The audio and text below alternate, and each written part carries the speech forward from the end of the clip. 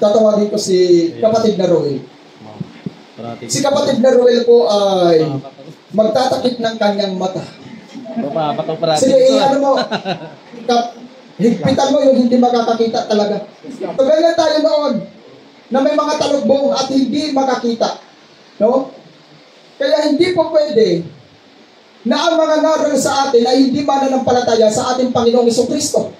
Dahil ang nag-alis po ng veil o sa kamatayan ng ating Panginoong Jesucristo ay nahapak din naman ang tabing ng templo. Ibig sabihin, hindi na sa pamamagitan ng tradisyon mawawala ang ating mga kasalanan o mapapatawad ang ating mga kasalanan. Babalikan ko, church. Once a year po, pumupunta sila doon ang mga high priest sa templo para maghandog ng anis sa ikapagpapatawad ng kasalanan ng bayan na kanilang nasasakupan. At ganito po ang ating naging kondisyon noong hindi pa tayo nakakakilala sa ating Panginoon.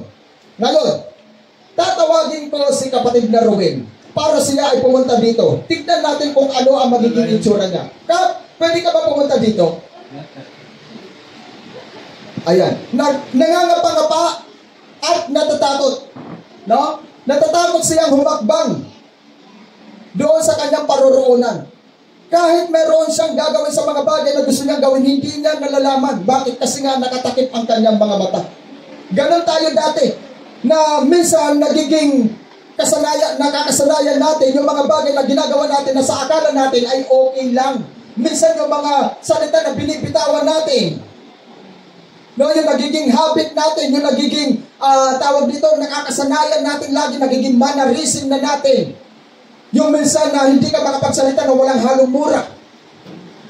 Kasi akala natin ay okay lang. Bakit? Kasi nga, nakatalubong pa tayo. Amen? Ngayon, magtatalubong din ako. Huwag ka mag-alala, dadamayan kita. Akala mo ikaw lang. Damay-damay na tayo dito. Ayan. Kapruel, nasaan ka? Please magpakita ka. Baka mahulog ako dito.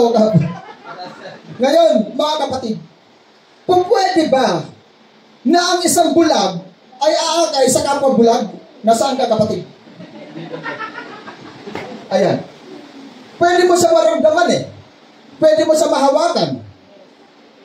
Pwede mo siyang dalhin kung saan mo gusto. Pero ang tanong, nalalaman mo ba yung mga nilalakaran mo? Nalalaman mo ba kung saan ka paroroon? Ganito tayo noon. Hindi natin nakikita at hindi natin nakikilala ang salita ng ating Panginoon. Amen? Masyado tayong nasanay sa mga bagay na ating kinahuhumalingan na hindi natin naitutuon ang ating paningin sa ating Panginoon, sa kaniyang mga salita. Tingnan mo na. Bakit? Kasi hindi ko nakikita eh. Amen? Dahil mayroong talukbong. Hindi natin nalalaman kung ano yung mga bagay na ginagawa natin noon. Pero salamat sa ating Panginoon dahil nung tayo po ay nakakilala sa Kanya, nakilala ang Kanyang mga salita, inalis ng ating Panginoon. Hallelujah! Ang talukbong ng ating mga mata. At tayo po ay nakakita. At tayo ang ginamit na instrumento ng ating Panginoon upang umakay sa mga bulag. Bakit mo tinanggal, kapatid? Hindi ka pa nababautismo sa Espiritu at katotohanan. Amen.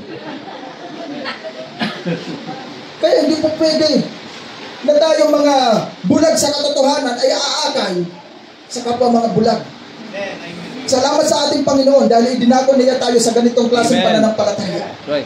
Salamat sa Panginoon dahil naging makabuluhan ang ating pananampalataya. Salamat sa ating Panginoon dahil tayo ang tinatawag na chosen generation apostolic believer. Amen. Palakpakan natin ang ating Panginoon.